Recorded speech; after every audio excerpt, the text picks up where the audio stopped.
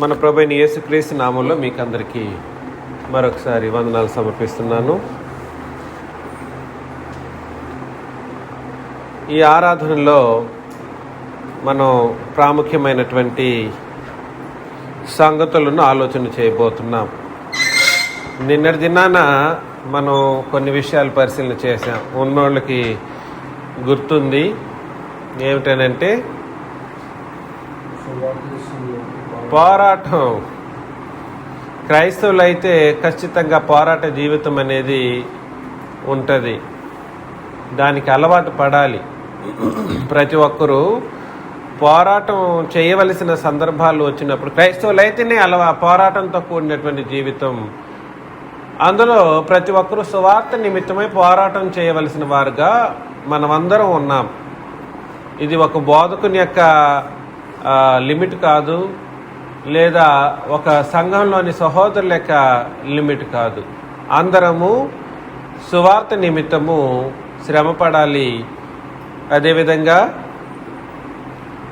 సువార్త నిమిత్తము బ్రతకవలసిన వారంగా, పోరాటం చేయవలసిన వారంగా మనం ఉన్నాం అని నిన్నటి దినాన్ని ఆలోచన చేశాం. అదేవిధంగా ప్రార్థనలో కూడా పోరాటం చేయాలి అని మరికొన్ని విషయాలు ఆలోచన చేశాం. అయితే ఒక్కసారి అప్పగింపబడిన బోధ ఏదైతే ఉందో దాని కొరకు పోరాటం చేయవలసిన బద్దులమై ఉన్నాం అని మరొక విషయాన్ని ఇవాళ ఆలోచన చేస్తాం. బోధ కొరకు పోరాటం.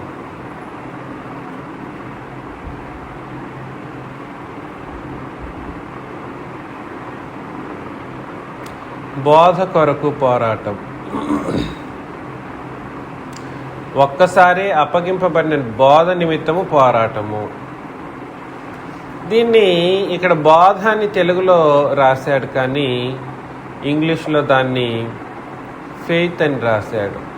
ఒక్కసారి అప్పగింపబడిన విశ్వాసం నిమిత్తం పోరాటం.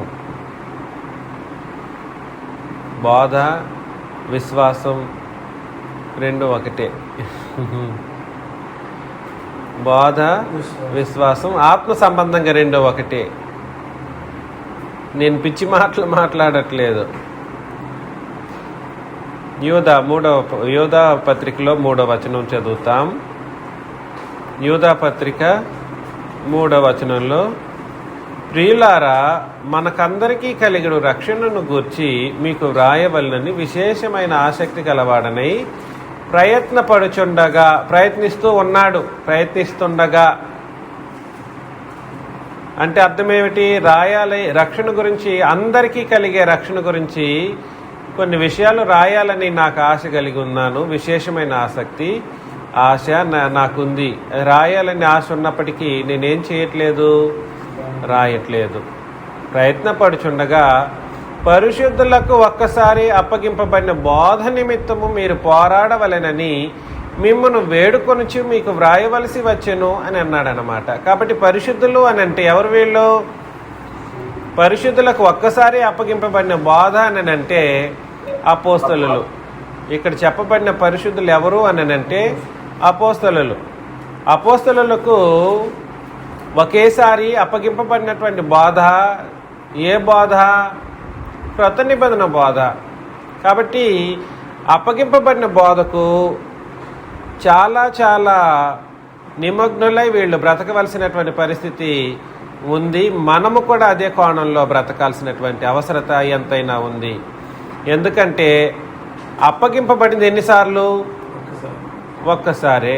ఒక్కసారి అప్పగింపబడినది అని అన్నప్పుడు దాని అర్థం ఏమిటి?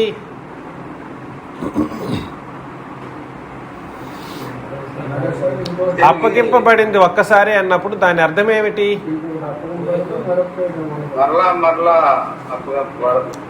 ఇంకోసారి అపోస్తులకే అప్పగింపబడలేదు, అపోస్తులకే మరొకసారి అప్పగింపబడడానికి లేదు. అది once for all it is been done. అంటే ఒక్కసారి ఇవ్వబడి అయిపోయింది. ఇంకోసారి ఇంకో బోధ రాబోయేది లేదు. ఇంకో బోధ రాబోయేది లేదు. ఇంకోసారి ఇంకేదైనా బోధన అందులో కలపడానికి అవకాశము ఎవరు కూడా కలపడానికి లేదు అని చెప్పి ఖచ్చితంగా ఉన్న బోధ నిమిత్తమే ఏం చేయాలి అని అన్నాడంటే, ఇక మీదట అలాంటిది ఏమి జరగకుండా మీరేం చేయాలి, పోరాడవలనని మిమ్మల్ని వేడుకొనుచు వ్రాయవలసి వచ్చును అని అన్నాడు అనమాట. కాబట్టి బోధ నిమిత్తం పోరాటం అంటే అది ఎలా సాధ్యం? బోధ కొరకు ప్రార్థన చేయడం, బోధ కొరకు పోరాడటం అంటే అది ఏంటిది? దాని అర్థం ఏమిటి? దాని అర్థం ఏమిటంటే మనం అందరం చేస్తున్నది అది. మన దైనందిన జీవితంలో బోధ నిమిత్తమై పోరాటం చేస్తున్నాం చూడండి. ఈ అప్పగింపబడినటువంటి బోధలో ఎవరూ కూడా సరే ఏది కలపకూడదన్నది మన సిద్ధాంతం, మనందరి సిద్ధాంతం అన్నమాట. దీని కొరకు మనమందరం కలిసికట్టుగా పనిచేస్తూ ఉన్నాం. మీ కానుకలు వాడబడుతున్నాయి, మీ యొక్క సహాయాలు ముందుకొచ్చాయి, మీరందరూ ప్రయాణాల్లో వచ్చారు. అనేక ప్రదేశాలకు వెళ్ళినప్పుడు ఆయా ప్రాంతాల్లో ఉన్న సహోదరులు సహోదరీలు కలిసి ఆయా ప్రాంతాలకు వెళ్ళి ఈ బోధను తీసుకెళ్ళి మనం పోరాటం చేస్తూ ఉన్నాం. అవసరమైతే ఫోన్లలో చాలామందికి ఈ ఒక్కసారి అప్పగింపబడిన బోధ నిమిత్తము ఫోన్లలో సహితం తెలియచేయటానికి సిద్ధమవుతూ ఉన్నాం. కానీ ఇది అంత సులభంగా వెళ్ళిపోతుందానంటే అంత సులభంగా వెళ్ళట్లేదు. ఇంత పోరాటం సరిపోతుందనంటే ఇది నిజానికి అంత ఎఫెక్టివ్ పోరాటం కూడా కాదు మనం చేస్తున్నది. ఇంకా చాలా చాలా పోరాటం చేయవలసిన వారంగా ఉన్నాం. మనం ఎవరెవరితోనో పోరాటం చేయట్లేదండోయ్. మన పేరు పెట్టుకున్నటువంటి సంఘం ఏదైతే ఉందో ఆ సంఘస్థులతో ఎక్కువ మనం పోరాటం చేశాం. మన సంఘం పేరు క్రీస్తు సంఘము, ఇది ఒరిజినల్ క్రీస్తు సంఘం మనది. మన పేరు పెట్టుకున్న నకిలీ సంఘాలతోనే, క్రీస్తు సంఘాలతోనే మనం పోరాటం చేస్తూ ఉన్నాం. యేసు ప్రభు విషయంలో అపార్థం చేసుకొని ఈ బోధను దాటి ఒకేసారి అప్పగింపబడిన బోధను దాటి వెళ్ళారనుకోండి, యేసు ప్రభు తక్కువ వారిగా కనబడతారు. యేసు ప్రభువుని తండ్రిని దేవునితో సమానునిగా చూడటం కుదరని పరిస్థితుల్లో ఈ ఒక్కసారి అప్పగింపబడిన బోధను మించి వెళ్ళిపోయి చాలామంది ఏం చేశారనంటే, యేసు ప్రభు ఆరాధనకు పాత్రుడు కాడు, లేదా యేసు ప్రభు మహాదేవుడు కాడు, లేదా యేసు ప్రభు దేవుడు కాదు అని ఈ క్రొత్త నిబంధనకు లేదా ఒక్కసారి అప్పగింపబడిన బోధ నిమిత్తము పోరాటం చేయలేని వారి దగ్గరికి వెళ్ళేసి పోరాటం చేస్తున్నారు. వాళ్ళ పేర్లు క్రీస్తు సంఘం అని వాళ్ళు పెట్టుకుని ఉంటారు. అందుకని ఎందుకు ఈ బోధ నిమిత్తం మనం పోరాటం చేయకపోతే, ఇప్పుడు చెప్పాను కదా కొన్ని మూఢనమ్మకాలు, యేసు ప్రభు ఆరాధనకు పాత్రుడు కాడని ఆలోచన వస్తుంది. తర్వాత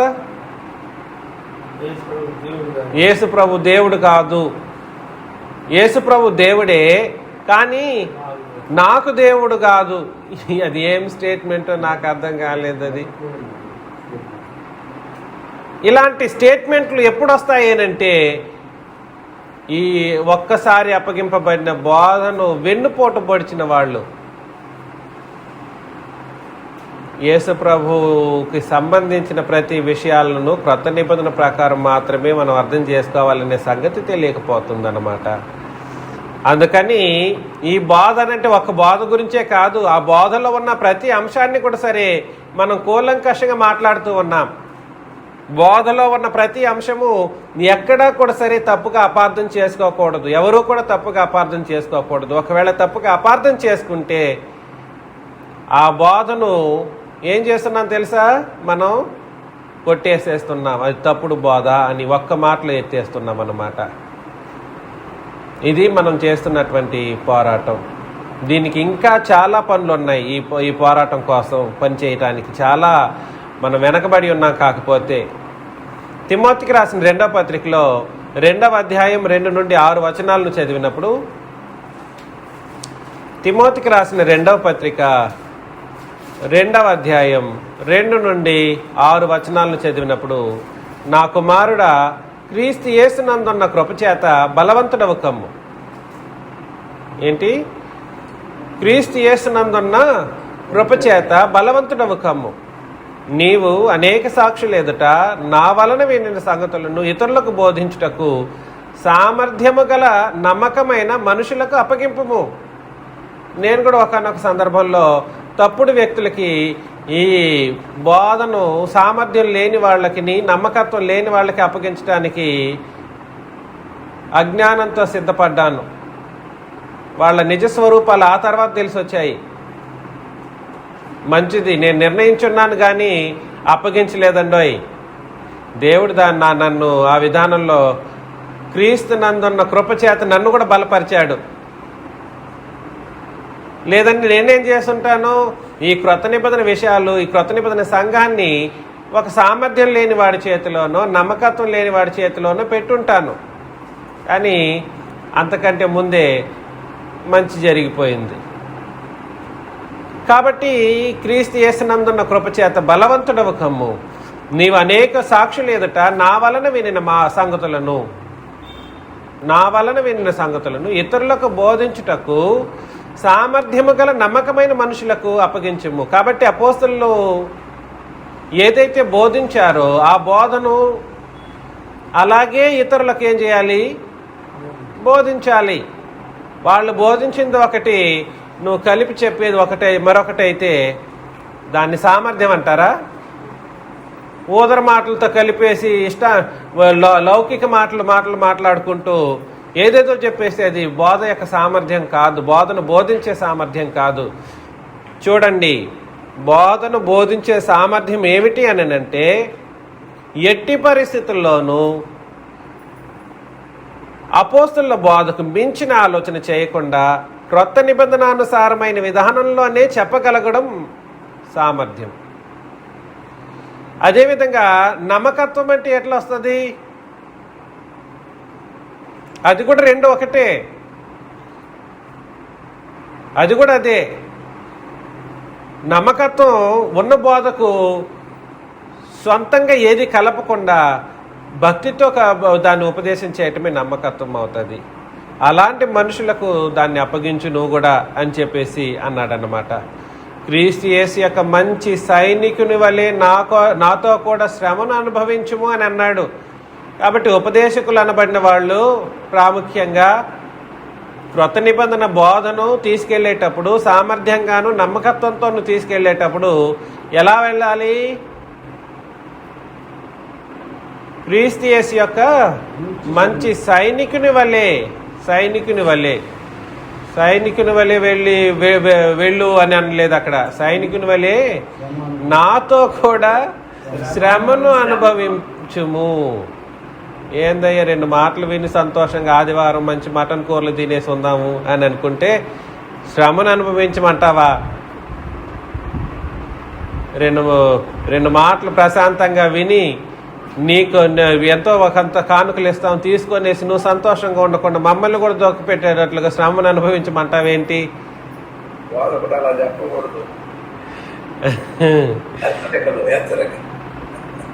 కాబట్టి నాతో కూడా శ్రమను అనుభవించము. నిజానికి చెప్తున్నాను కదండి, ఒక్కసారి అప్పగింపబడిన బోధను లోకానికి తీసుకెళ్తూ ఉంటే, దానికి నమ్మకత్వంతో ఉపదేశం చేస్తూ ఉంటే శ్రమలు తప్పవు. అనేక అవమానాలు తప్పవు,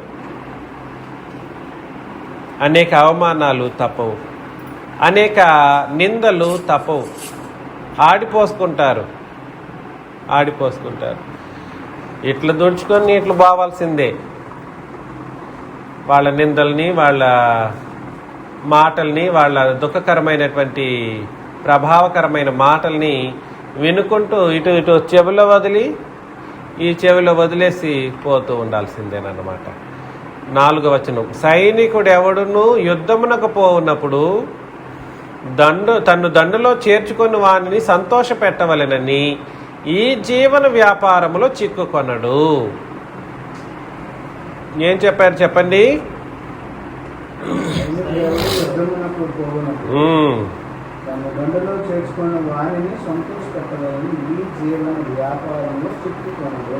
సైనికుడు అనబడిన వాడు యుద్ధానికి పోతున్నాడు.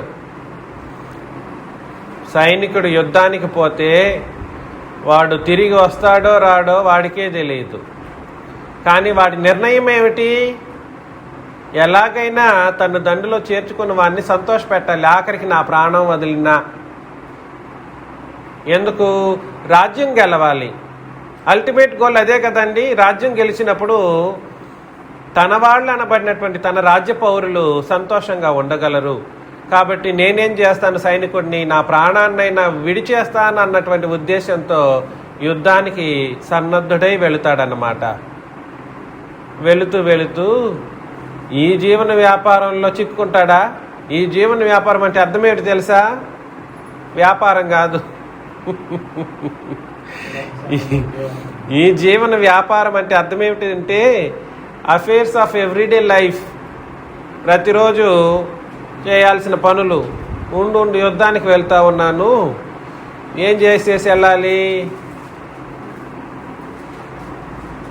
యుద్ధానికి వెళతా ఉన్నాను, ఏదో ఒక పని చేయాలి. యుద్ధం అక్కడ సైరన్ మోగుతూ ఉంది, వీడు అప్పుడు వంటలు వండుకుంటా ఉన్నాడు అనుకోండి. ఈ జీవన వ్యాపారం అది. యుద్ధానికి సైరన్ మోగుతూ ఉంది, అక్కడ అర్జెంటు, అందరూ పరిగెత్తా ఉన్నారు సైనికులందరూ. వీడు అప్పుడేం చేస్తున్నాడని అంటే బిజినెస్ చేస్తూ ఉన్నాడు. డబ్బులు ఇవ్వు నేను మా బిడ్డలకి ఇచ్చేసి వెళ్ళాలి, నేను వెళ్తున్నానని. అప్పుడు అది అయ్యేదంతా కుదరదు. ఈ జీవన వ్యాపారంలో చిక్కుకుంటే మాత్రం సైనికుడిగా ఉండలేడు. అప్పుడు వీడు సైరన్ మోగుతా ఉంటే వీడు మెక్కుతా ఉన్నాడు ఇక్కడ కూర్చొనేసి. అవుతుందా? అది సైనికుడి యొక్క పద్ధతా? సైనికుని పద్ధతి కాదండి. యుద్ధానికి ఎల్లప్పుడూ సిద్ధంగా ఉన్నవాడు నిజమైనటువంటి సైనికుడు అన్నమాట. కాబట్టి తను దండులో చేర్చుకొని వాడిని సంతోషపెట్టవలని ఈ జీవన వ్యాపారముల్లో చిక్కుకొనడు.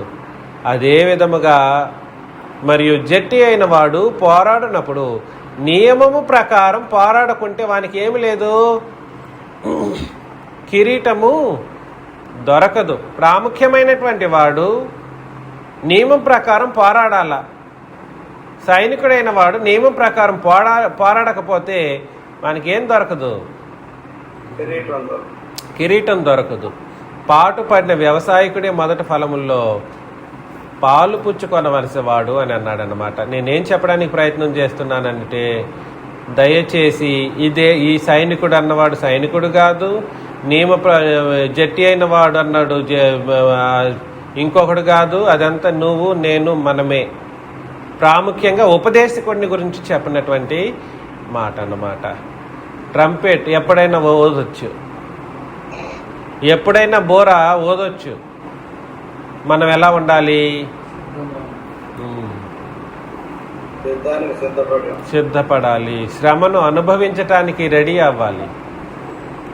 శ్రమలే వద్దు, 3 పూట్ల నాకు దేవుడు అన్నము ఆహారం ఇచ్చాడు చాలు, ఇంట్లో చక్కగా నేను ఇంట్లో ఉంటాను, ఏసీ ఉన్నా లేకపోయినా నాకు చాలు, బాగానే ఉంటాను, మేము మేనేజ్ చేసుకుంటాం, పరలోకం మాత్రమే వస్తే చాలంటే కుదురుతుందని శ్రమ పడకుండా, డబ్బులు ఖర్చు పెట్టకుండా, శ్రమ పడకుండా, తర్వాత సమయం వెచ్చించకుండా, ధనాబల సమయాలు 3 వెచ్చించకుండా పరలోకం మాత్రం నీకు వచ్చేయాలా?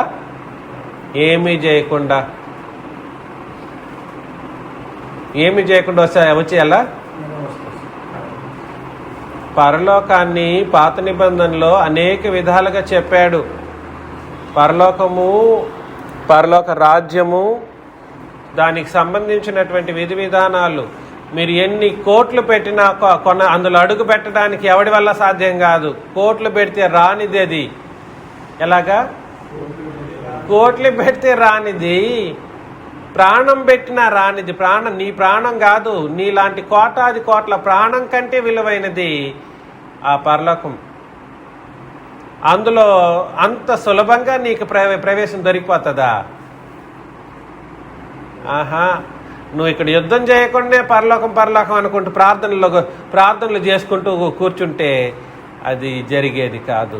యుద్ధం చేయాలి, దిగాలి, యుద్ధానికి దిగాలి. ఇంకా చెప్పాలంటే సాతానుకి సై అనాలన్నమాట. ఎవరికి? సాతానుతోనే.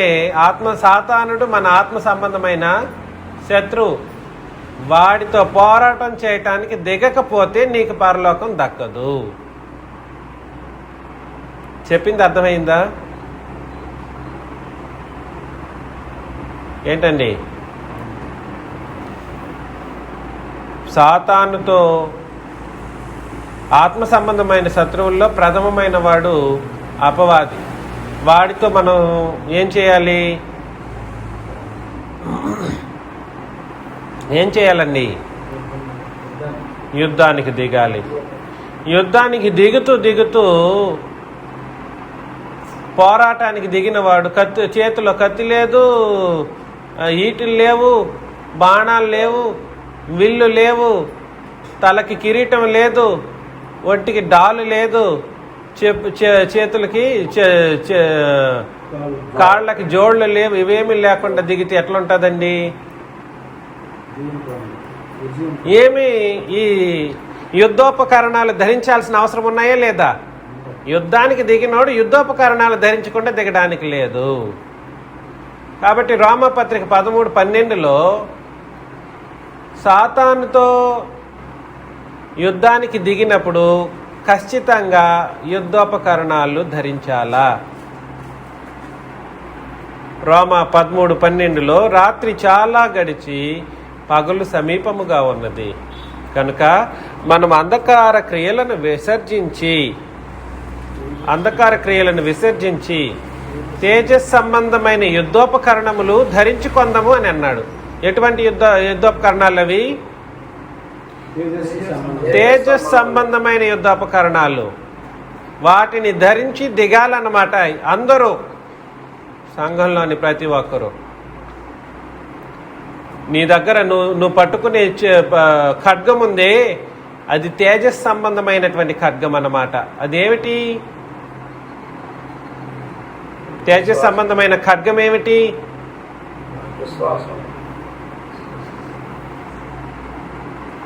తేజస్ సంబంధమైన ఖడ్గం రెండంచులు గల చెప్పండి ఇప్పుడైనా. ఎటువంటి ఖడ్గము కంటేను వాడిగా ఉన్నటువంటి ఖడ్గం ఏమిటి?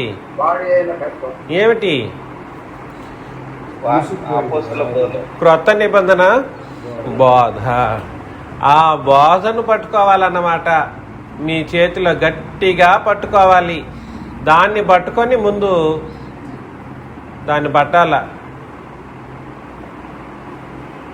అదేవిధంగా అవేమేమిటో చూద్దాం ఒకసారి. ఎఫెసీ పత్రిక 6వ అధ్యాయం 10-12 వచనాలు.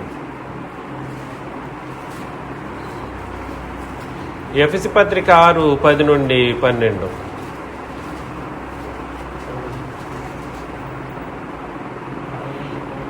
తుదకు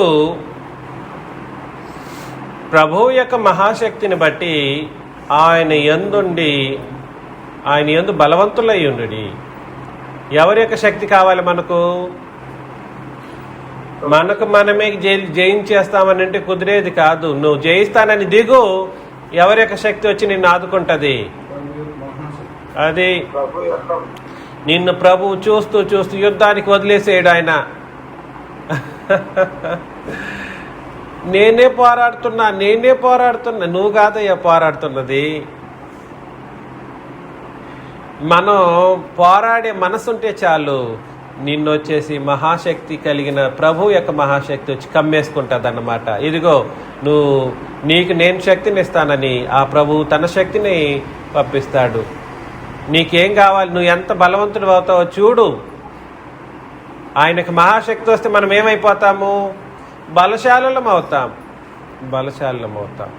మీరు అపవాది తంత్రములను ఎదిరించుటకు, అది మంత్రాలే. తంత్రాలంటే ఏమిటి? దాని అర్థం మాయలకు సంబంధించింది. అపవాది తంత్రములను ఎదిరించుటకు శక్తిమంతులగునట్లు దేవుడిచ్చి సర్వాంగ కవచమును ధరించుకొనుడి. దేవుడు ఊరికే ఉంటాడా? లేదు. నువ్వు దిగావనుకో, ఇదిగో దేవా, ఇదిగో ప్రభువా, మీ కొరకు నేను యుద్ధానికి దిగుతున్నాను,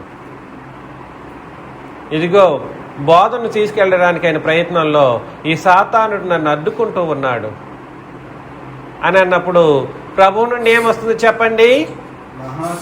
మహాశక్తి వచ్చి నిన్ను కమ్ముకొని నిన్ను బలవంతుడిని చేస్తుంది. దేవుడి నుండి ఏమొస్తుంది చెప్పండి? సర్వాంగ కవచాలు మనకొచ్చి ఒకదానికొకటి వచ్చి నిలబడతాయి అన్నమాట. నీ బాడీ మీద, నీ తల మీద ఏమి నిలుస్తుందో, కాళ్ళ మీద, చేతుల మీద ఏమేమి నిలబడతాయో చెప్పేస్తాడన్నమాట. ఎందుకు అనంటే ఏలయనగా చదవండి. ప్రధానంతోనూ అధికారులతోనూ ప్రస్తుత అంధకార సంబంధులను లోకనాథులతోనూ ఆకాశ మండలమందున దురాత్మల సమూహంతో పోరాడుతున్నాము. కాబట్టి పోరాటం చేయకపోతే పరలోకం దక్కదు. ఆ పోరాటం ఎవరెవరితోనో కూడా చెప్పేశాడు. పర్టికులర్గా పేర్లతో చెప్పేశాడు, శరీరాలతో కాదు. కానీ ప్రధానులు ఉన్నారంట, అధికారులు ఉన్నారంట, ప్రస్తుత అంధకార సంబంధులకు లోకనాథులు ఉన్నారంట, ఆకాశ మండలం మంది ఏమున్నాయి? దురాత్మల సమూహాలు కూడా వాటితో కూడా పోరాటం చేయాల. అందుచేత మీరు ఆపద్దినమందు వారిని ఎదిరించుటకు సమస్తమును నెరవేర్చిన వారై నిలువబడుటకు శక్తిమంతులగునట్లు దేవుడిచ్చి సర్వాంగ కవచమును ధరించుకొనుడి. ఎలా ధరించుకుంటాము? ఏమేమిటవి? నడుమునకు సత్యమును దట్టి కట్టుకొని. నడుమునకు ఏం కట్టాలి? వాక్యానికి సత్యానికి నేను మీకు వివరణ ఇచ్చాను. వాక్యం ఏమిటి, సత్యం ఏమిటి? వాక్యానికి సత్యానికి వ్యత్యాసం ఏమిటి?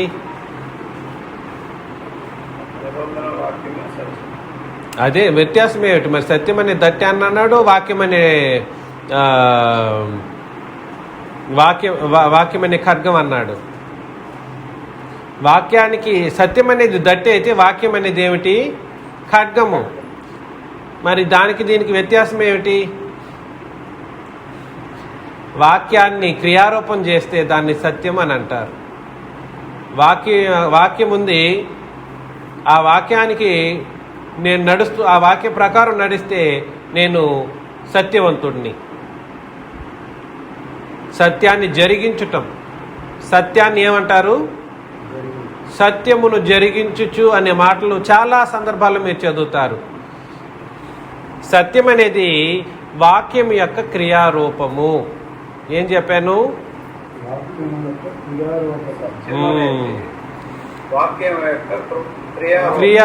క్రియారూపం. కాబట్టి వాక్యాన్ని క్రియలో దాలిస్తే మనకేమొస్తుంది అని అంటే, నడుమునకు దట్టి ఏమొస్తుంది? సత్యమును దట్టి కట్టుకొని, నడుమునకు సత్యమును దట్టి కట్టుకొని, నీతియను మైమరపు తొడుగుకొని.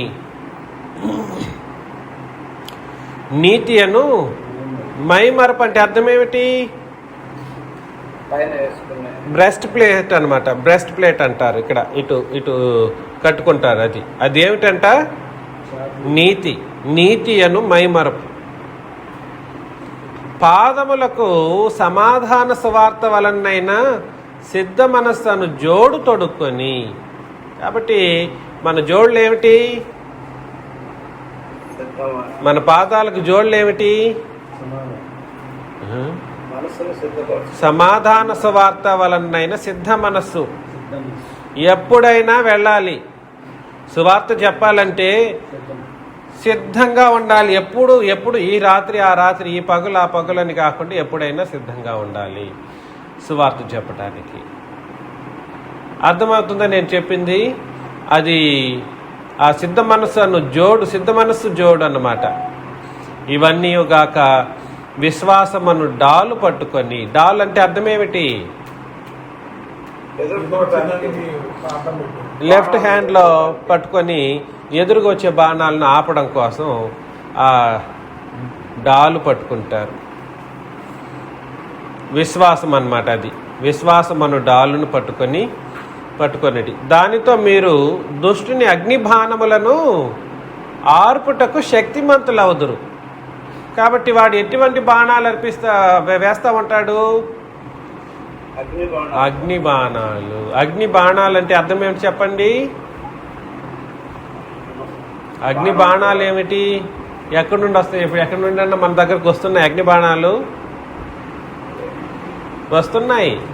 అగ్ని వంటి మహాశ్రమలే అగ్ని బాణాలు. అగ్ని వంటి మహాశ్రమలే అగ్ని బాణాలు అన్నమాట. వాటిని ఆర్పటానికి మనకేం కావాలి అని అంటే విశ్వాసం అనే డాలు అత్యంత అవసరం. మరియు రక్షణ అయిన శిరస్నానము, మీరు దీన్ని ప్రత్యేకించి తొడగాల్సిన అవసరం లేదు. మీరు ఎప్పుడైతే క్రొత్త నిబంధన ప్రకారం బాప్తిస్మం తీసుకున్నారో మీ శిరస్సుకి ఏమొస్తున్నాయి? ఏమొచ్చాయి? శిరస్నానాలు వచ్చాయి. శిరస్నానం అంటే అర్థం ఏమిటి?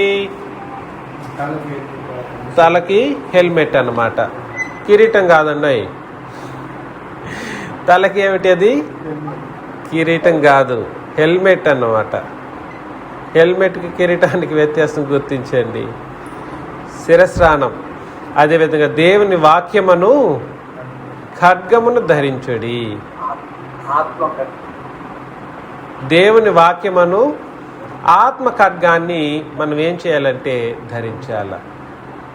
కాబట్టి మిమ్మల్ని ప్రేమతో మనం చేస్తున్నాను. ఇవన్నీ తేజస్ సంబంధమైన యుద్ధోపకరణాలు. ఎటువంటి యుద్ధోపకరణాలు? తేజస్ సంబంధమైన యుద్ధోపకరణాలు. దయచేసి ఇది సాతానుతో పోరాటం అంత సులభమైనది కాదు.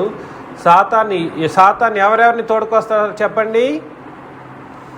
సాతాను సంబంధులు ఎవరెవరు చెప్పండి?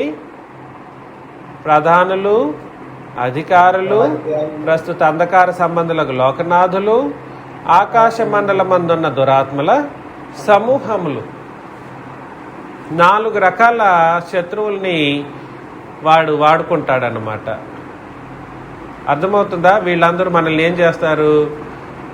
ఏదో ఒక కోణంలో మనల్ని అటాక్ చేయటానికి సిద్ధంగా ఉంటూనే ఉంటారు. ఎప్పుడు చేస్తూనే ఉన్నారనుకోండి. మనం నిజంగా ఇటువంటిది క్రొత్త నిబంధన యుద్ధోపకరణాలను మనం వాడుకున్నట్లయితే ఖచ్చితంగా గెలుస్తాం. ఖచ్చితంగా. లేదనంటే చాలా హీనంగా ఓడిపోతారన్నమాట. ఓడిపోయి వాడిని ఆరాధించే కోణంలో వెళ్ళిపోతారన్నమాట. దయచేసి ఆలోచన చేద్దాం. 2వ కొరింథీ పత్రికలో 10వ అధ్యాయం 2వ కొరింథీ 10:3 నుండి 8 వచనాలను చదివినప్పుడు 2వ కొరింథీ 10వ అధ్యాయం 3 నుండి 8 వచనాలు. మేము శరీరధారులమై నడుచుకొనుచున్నను, శరీర ప్రకారము యుద్ధము చేయము. కాబట్టి ఈ యుద్ధం ఎలాంటిది యుద్ధం కాదు? శరీర ప్రకారం చేసే యుద్ధం కాదు. కత్తులు, కటారాలు, ఈటెలు, బల్లెములు ఇట్లాంటివి తీసుకెళ్ళి చేసేది కాదు. మా యుద్ధోపకరణములు శరీర సంబంధమైనవి. ఆల్రెడీ మనకు ముందు చేసిన వాళ్ళు ఉన్నారు ఈ యుద్ధాలు. ఎవరు వాళ్ళు? అపోస్తలులు. మా యుద్ధోపకరణాలు శరీర సంబంధమైనవి కావు గాని దేవుని ఎదుట దుర్గములను పడద్రోయజాలినంత బలము కలవై ఉన్నవి. ఎవరి దుర్గాలను కలిగిన బలము అవి? అపవాది కట్టిన కోటల్ని కూల్చేంత మహాదుర్గాలను సైతం సునాయాసంగా పడద్రోయగలిగేంత బలము కలిగినవి ఏంటివి? మన యొక్క యుద్ధోపకరణాలు. ఆ యుద్ధోపకరణాలు ఏ యుద్ధోపకరణాలు? తేజస్ సంబంధమైన యుద్ధోపకరణాలు. దేన్ని కూల్చే యుద్ధోపకరణాలు అవి? సాతాను కట్టినటువంటి దుర్గాలు, కోటలు, వాటిని కూల్చేవే కానీ మీరు అనుకున్నంతగా మనం ఏమంటుంటారంటే చాలా సందర్భాల్లో చిన్న చిన్న వాటిని పడగొట్టడానికి ప్రయత్నం చేస్తూ ఉంటాం. అది మన వల్ల కాదు. చిన్న చిన్న వాటిని, భౌతికమైన వాటిని మేము వితర్కములను దేవుని గూర్చిన జ్ఞానమును అడ్డగించి ప్రతి ఆటంకమును పడద్రోసి. కాబట్టి వితర్కములు అంటే అర్థం ఏమిటండి?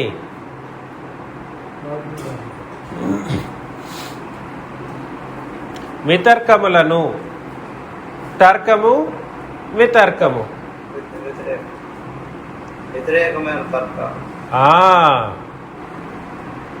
వ్యతిరేక తర్కాలు. క్రొత్త నిబంధనకు ఎదురుగా వచ్చే ఎటువంటి తర్కాన్నైనా కూడా సరే అడ్డుకోవటం, ఆటంకపరిచి పడద్రోయడం.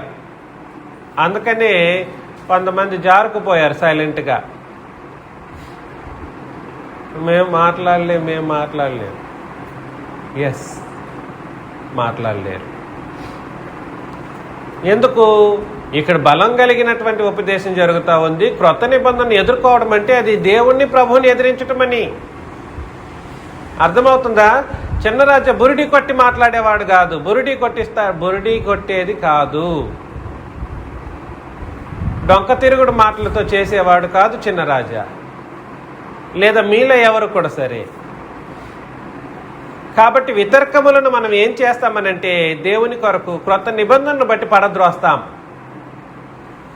దేవుని గురించిన జ్ఞానమును అడ్డగించి ప్రతి ఆటంకమును ఏం చేశారు వాళ్ళు?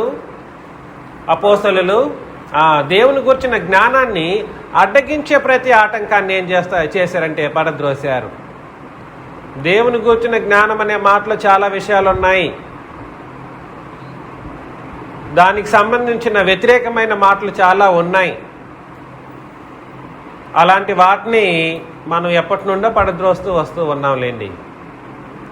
ప్రతి ఆలోచనను క్రీస్తుకు లోబడినట్లు చెరపట్టి. ఎవరికి?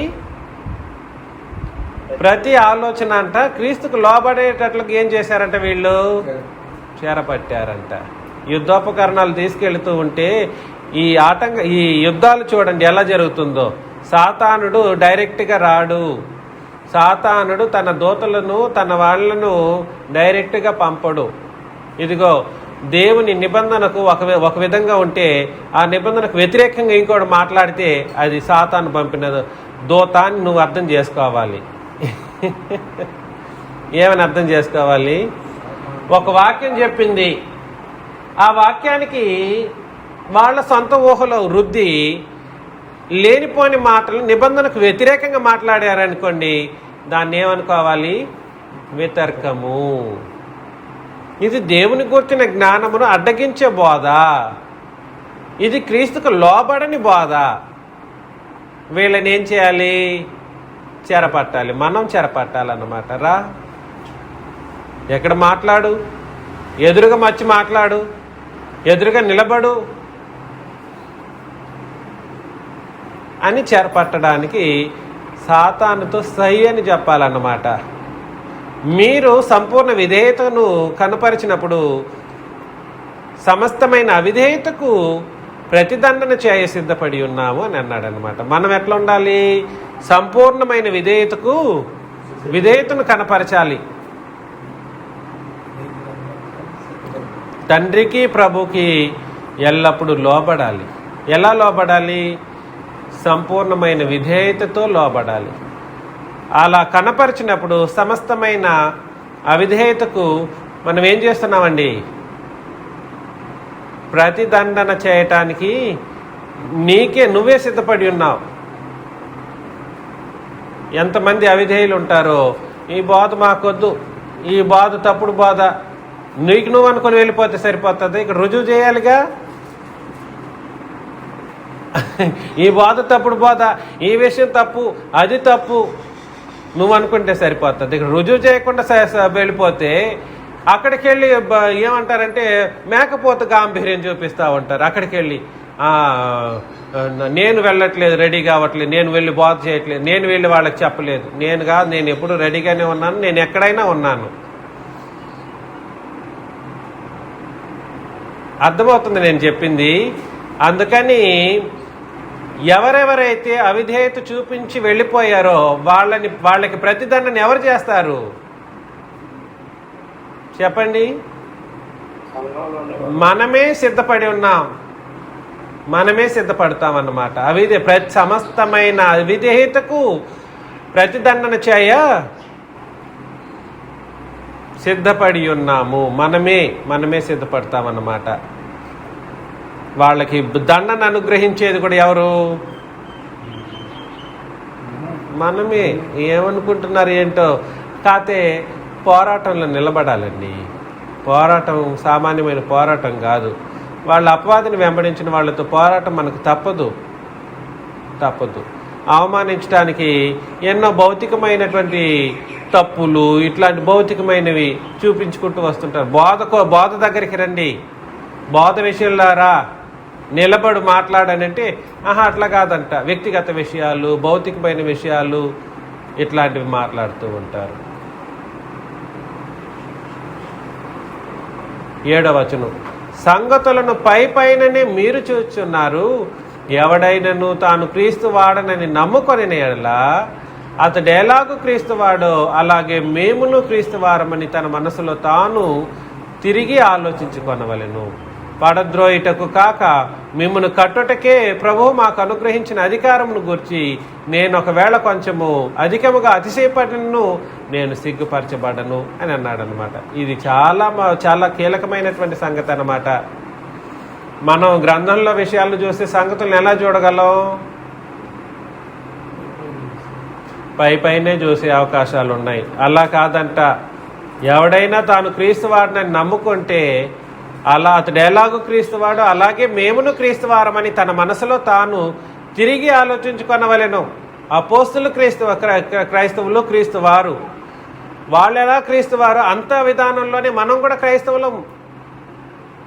అంటే అర్థం ఏమిటి? వాళ్ళు మాత్రమే పోరాటానికి సిద్ధంగా ఉండట్లేదు, వాళ్ళతో సమానముగా మనం కూడా ఏం చేయాలని దాని అర్థం? యుద్ధానికి దిగాలి సాతాను పిల్లలతో. అర్థమవుతుందా నేను చెప్పింది? మీరు పైనే చూస్తే సరిపోదు. వాళ్ళు ఎలా క్రైస్తవులో మనం కూడా క్రైస్తవులం. కాబట్టి మన మనసులో ఆలోచించుకోవాలి. అపోస్తుల్లాగా మనం తయారవ్వాలి. అపోస్తులం కాము కానీ అపోస్తుల వలె యుద్ధానికి సిద్ధం కావాలి, పోరాటం చేయాలి, ప్రతి అబద్ధాన్ని పడద్రోయాలి, ప్రతి వితర్కాన్ని ప్రభు కొరకు హాంటింగ్ అంటారు, హాంట్ చేయాలన్నమాట. హంట్ కాదు, హాంట్ చేయాలి. క్రీస్తుకు లోబడిన ప్రతి మోకాలని ఆ క్రీస్తు ఎదుట వంగేటట్లుగా చేయాలి. అలా అపోస్తులు అలా చేశారు కాబట్టి మమ్మల్ని ఎప్పుడు కూడా మీరు మనసులో మర్చిపోకూడదు. మీరు పైనే చూసుకుంటూ పోతే కుదరదు. మీరు ఎలా క్రీస్తువులు అనుకుంటున్నారు, మేము కూడా క్రీస్తు వాళ్ళమే. కాకపోతే మేము క్రీస్తువులం అనే విషయం నీకు అర్థమైతే నువ్వు పైనే చూడవు, ప్రతి విధాన్ని లైట్గా తీసుకోవు, జాగ్రత్తలు వహిస్తావు, జాగ్రత్త పడుతావు అనే విషయాన్ని ఇక్కడ పౌలు గారు చెబుతూ ఉన్నాడు.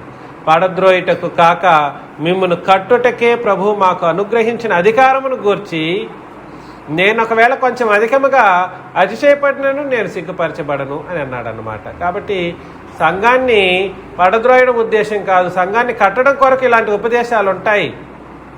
కఠినంగా మాట్లాడవలసిన పరిస్థితులు వస్తాయి. అది పడద్రోయటకు కాదు. చిన్నరాజు అట్లా మాట్లాడేశాడు, ఇట్లా చెబుతాడు, అలా చెబుతాడు, బాధగా ఉంది, మనసు దుఃఖపడుతుంది. అది పడద్రోయటానికి కాదండి, అది కట్టడానికే. ఆ కట్టడం కొరకు అపోస్తలులు అలా చెప్పారు. ఎప్పుడైనా వాళ్ళు ఉపదేశం చేసేటప్పుడు వాళ్ళు ప్రేమతో మాట్లాడిన సందర్భాలు ఉన్నాయి, కఠినంగా మాట్లాడిన సందర్భాలు ఉన్నాయి. ఒకే విధంగా అన్ని సందర్భాల్లోనూ ఉపదేశాలు చేయలేదు.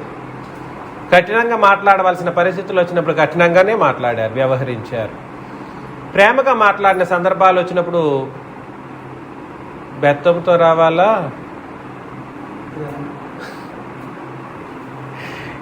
బెత్తముతో అంటే బెత్తముతో రావాలంటే వాళ్ళని ఎంత ప్రేమించున్నాడో మీరు అర్థం చేసుకోండి. ఆ ప్రేమ అట్లాంటి మాటలు ఇప్పుడు మాట్లాడితే బెత్తంతో వస్తాడు చిన్నరాజు. అట్లాంటి ప్రీచర్ మాకొద్దు పో, నా కోసం ఉన్నట్టు, నా కోసం పరలోకం వస్తున్నట్టు, నా కోసం కాదు, నా కోసం కాదు.